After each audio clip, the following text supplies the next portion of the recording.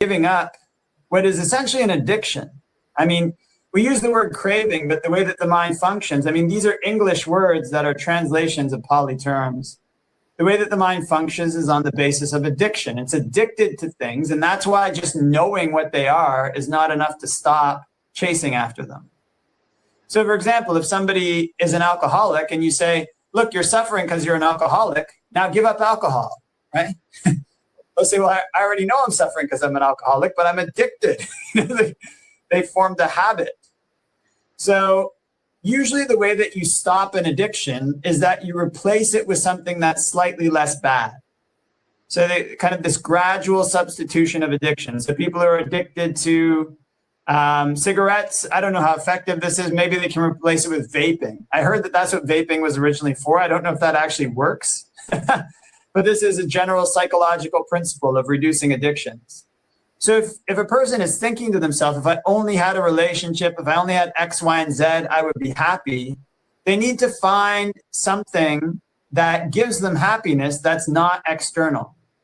So in general, in Buddhism, to let go of sensual pleasures, and the desire for a romantic relationship is the strongest of sensual pleasures. I mean, food might compete, but the desire for a romantic relationship with people is an extremely strong desire.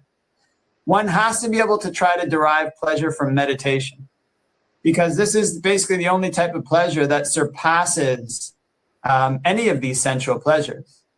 So if you can cultivate that kind of pleasure, then these other ones are lesser. You won't necessarily be thinking that you're missing out on something. So it's really important that people have a pleasure in their life, that they can substitute one addiction for another. So you substitute the addiction to external things with an addiction to meditation, with an addiction to the happiness that comes from that. There's types of happiness that come under what we might call sensual pleasures. Anything external to us that we consume, that gives a particular type of happiness that grafts in a certain way. Now, one of the things when we're addicted to things is that we can't see types of happiness that are beyond our addiction. We can't think of a type of happiness that's outside of our addiction. We just think about our addiction. So I used to be addicted to marijuana. I tell this story often.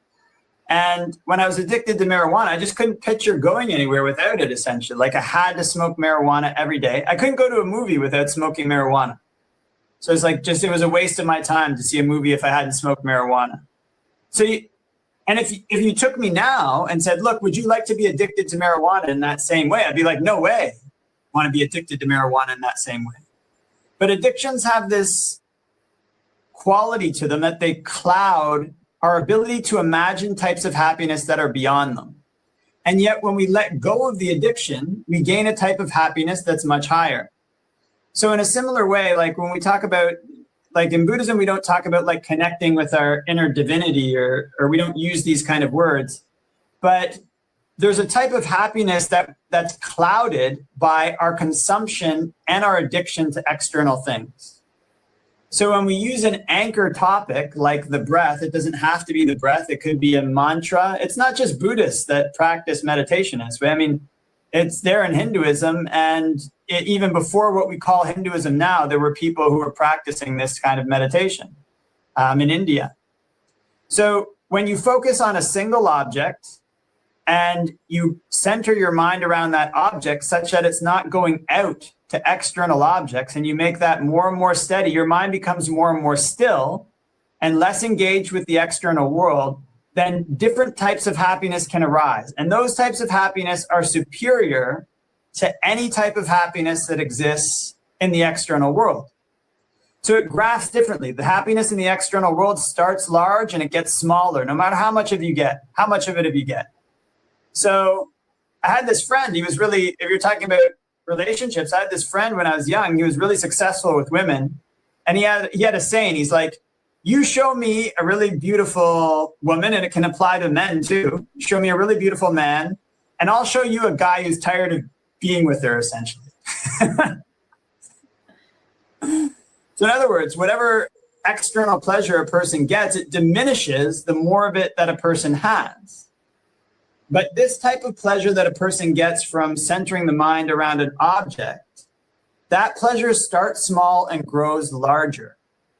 Wow. So if you can cultivate that type of happiness, then these external types of happiness don't seem as appealing to you.